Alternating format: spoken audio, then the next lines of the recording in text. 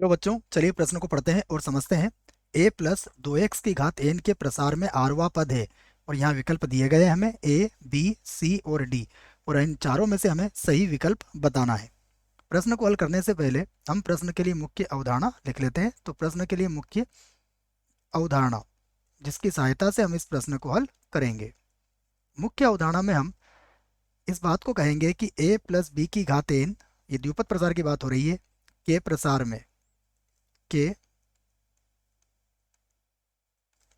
में यदि हमें इसका व्यापक पद लिखना हो तो इसके प्रसार में जो इसका व्यापक पद होता है वो कुछ इस प्रकार होगा। में व्यापक पद, व्यापक पद को हम इस प्रकार व्यक्त करते हैं, टी आर प्लस एक बराबर होता है एन सी आर ए की घात एन माइनस आर और बी की घात कितना हो जाएगा आर। तो ये इसका व्यापक पद होता है। हमसे आरवा पद पूछा गया है, तो देखिए यहाँ आर प्लस एकवा पद है, आप आरवा पद भी इसी प्रकार ज्ञात कर सकते हो। तो मैं लिख देता हूँ इस बात को यहाँ पर जो प्रश्न में दिया गया है, यहाँ से लिख लेते हैं हम a प्लस 2x के प्रसार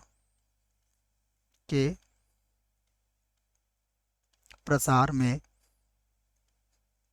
आरवा पद।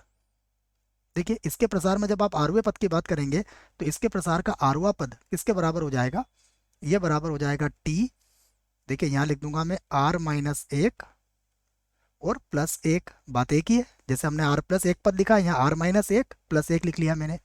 तो इसकी सहायता से अब ये क्या बन जाएगा, देखो ये हो जाएगा हमारे पास, घातांक कितनी है इसकी, एन है। तो यहाँ पर लिख देंगे हम एन सी आर माइनस एक लिख सकते हैं।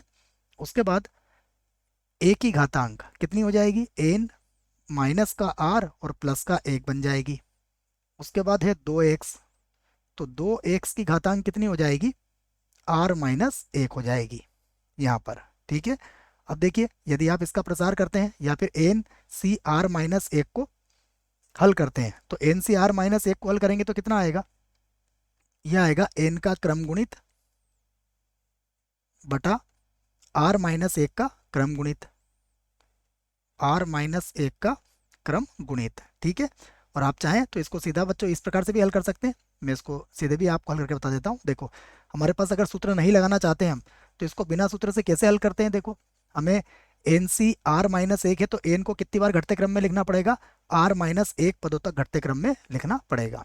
ठीक है, ऐसे भी कर सकते हैं आप चाहें तो, और यदि ऐसे समझ में नहीं आता है तो सूत्र का प्रयोग भी कर सकते हैं। देखो सूत्र क्या लगता है एन सी आर में, एन सी आर बराबर क्या होता है, एन का क्रम गुणित आर का क्रम गुणित और फिर होता है एन माइनस आर का क्रम गुणित। ठीक है ना, तो सूत्र से लगा, चलो सूत्र ही लगा देते हैं बच्चों, कोई समस्या नहीं है, सूत्र लगा के इसको कर लेते हैं। देखो ये होगा एन का क्रम गुणित बटे में कितना आ जाएगा, आर माइनस एक का क्रम गुणित। ठीक है, और उसके बाद क्या होगा, एन माइनस का आर, घटाएंगे इसको तो प्लस एक हो जाएगा और इसका क्या हो जाएगा, क्रम गुणित।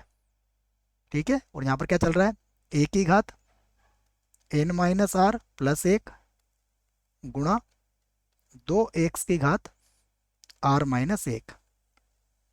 अब देखिए यदि आप एन का क्रम गुणित आर माइनस एक प्लस दो पदों तक खोलते हैं तो इस प्रकार से होगा। देखिए इसको मैं ऐसा लिख लेता हूँ, सबसे पहले होगा एन, फिर एन माइनस एक, फिर एन माइनस दो, और इसको आप कहाँ तक ले जाना चाहेंगे, ये हो जाएगा एन माइनस आर प्लस दो तक, और उसके बाद जब आप अगला लिखेंगे तो वो क्रम गुणित में आ जाएगा, एन माइनस आर और प्लस एक, और इसका क्या लगा दूंगा मैं, क्रम गुणित। लिख सकते हैं इसको यहाँ तक। और बटे में देखिए, बटे में जो है क्या है, आर माइनस एक का क्रम गुणित और उसके बाद कितना है, एन माइनस आर प्लस एक, इसका भी क्रम गुणित, और यहाँ गुणा में कितना है, गुणा में देख लेते हैं, गुणा में था हमारे पास ए की घात एन माइनस आर प्लस एक, ए की घात एन माइनस आर प्लस एक, और फिर से गुणा में है बच्चों, इधर ही लिख रहा हूँ इसको, कितना है 2x, और 2x की घातांक कितनी है, 2x की घातांक है आर माइनस एक, तो यहाँ पर लिख देंगे हम आर माइनस एक। अब आप देखिए हमने एन माइनस आर प्लस एक के क्रम गुणित से ये क्रम गुणित कट जाएगा। जो बचेगा वो हमारे प्रश्न का क्या होगा, उत्तर होगा। यहाँ से लिख देते हैं हम, तो हमें मिलेगा n-1, n-2, और इसी प्रकार जब हम गुणा करेंगे तो यहाँ होगा n-r प्लस 2 तक। उसके बाद बटे में क्या बचेगा, देखिए बटे में आ जाएगा r-1 का क्रम गुणित, यहाँ पर गुणा में है a की घात n-r प्लस 1, और फिर है 2x, और इसकी घातांक कितनी है, r-1 है। तो ये हमारे प्रश्न का उत्तर है। विकल्प देखते हैं कौन सा विकल्प सही होगा। तो पहले विकल्प में तो 2x की घात r आ रहा है, तो ये तो गलती हो गया। इसको देखिए दूसरे विकल्प को, n-r प्लस 2 r-1 का क्रम गुणित। ठीक है बच्चों, यही आ रहा ना हमारा भी, r-1 का क्रम गुणित, ये सारी बातें यही है।